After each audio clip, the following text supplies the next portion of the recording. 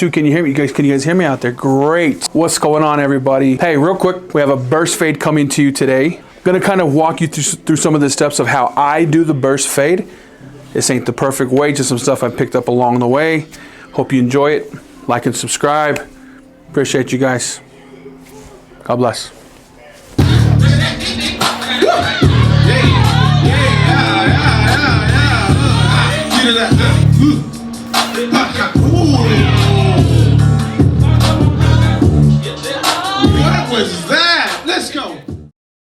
What's going on, YouTube? Thank you guys for stopping by. Okay, let's get to this.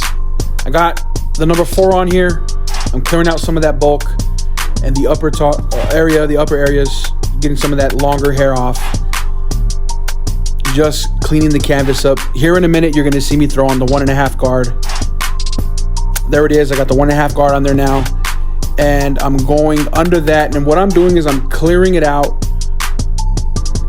All this bulk area. Clearing it out, shaping into that burst fade. I'm creating enough space to be able to just know where I'm going to start blending. As you can see here, I'm taking my time. I don't want to rush this. I want to make sure that it's nice and cleaned up the way I want it. And I can see exactly where my blend area is going to be. Now I'm putting in that guideline.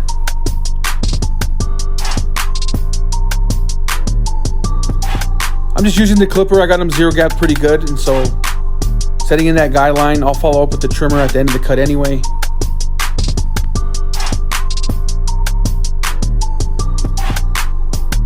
Giving it that nice round shape around the ear. Then what I did now is I've opened up the clipper. So every step that I do is first the 1.5. I always clear the area out, no matter what fade it is. And then I take the no guard, open it up. I go up about 1/2 inch, or some people like to call it a finger's length. I start blending, I'm flicking out as I'm going. And then I start moving the lever down all the way until I get that last guideline out. Now, I'm gonna do that same step through every guard. You can see me doing it right here with the no guard on. But you're gonna see me do it with the half guard, the 1 guard, into the 1.5 that I originally did first.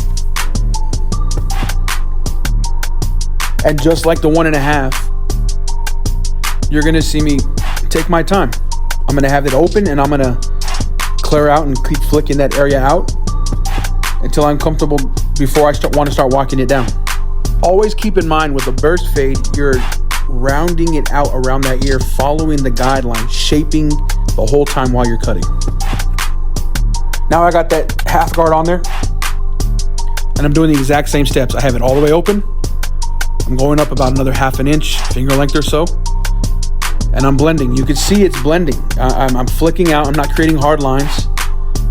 This is how you're able to knock out fades a little bit faster. When you start using wrist control, and through each guard, through each step, you're flicking out and you're blending, you're kind of pulling it off the head and blending.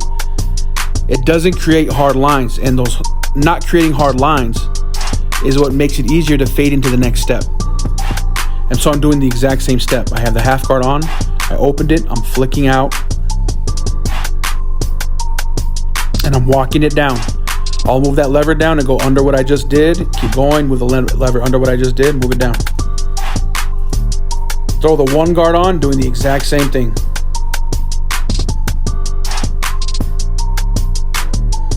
I actually went back with my 1.5 right here. I didn't like how the bulk was looking.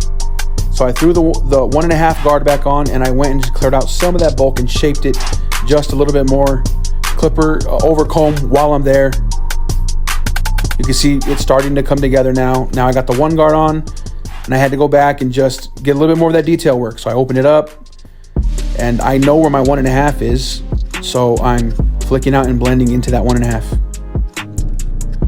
Nice and clean, there you go. Now I got the wall high vis here. I'm just shaping the V in the back.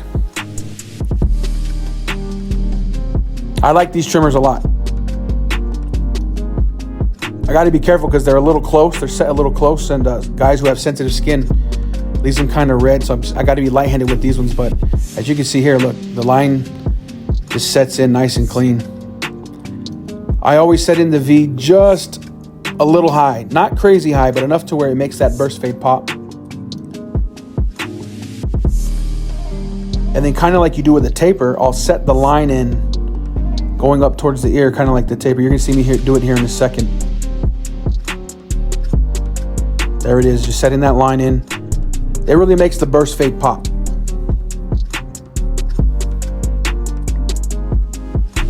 I'm doing these exact same steps on the other side. And guys, like I said before, I do these same steps, whether it's a mid fade or a low fade or whatever. And of course, setting in the C-cups, because C-cups just really set off a burst fade. Similar to a taper or a low fade when you put those C-cups in. Angling that blade, you know, really makes this haircut pop.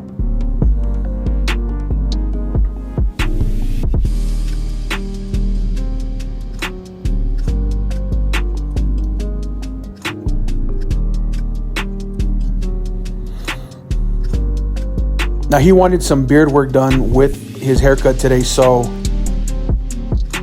I had faded down with his beard, reverse tapered right, like cleaned up his beard. You can see it there, and I'm just setting in the line now and just lining it up, getting ready to edge it up.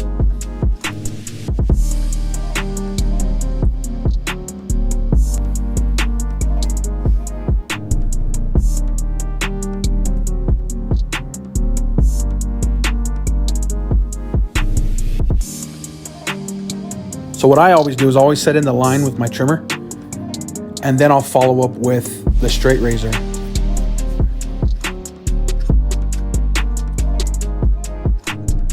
Setting in his neckline, same thing, nice and clean. Being careful because some clients can be sensitive in this neck area right here.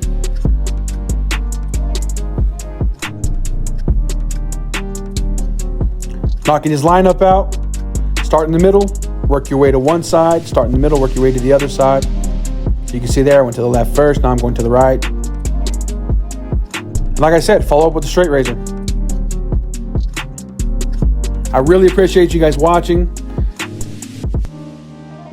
Go ahead and hit that like button, subscribe. I'm going to be bringing a lot more videos like this.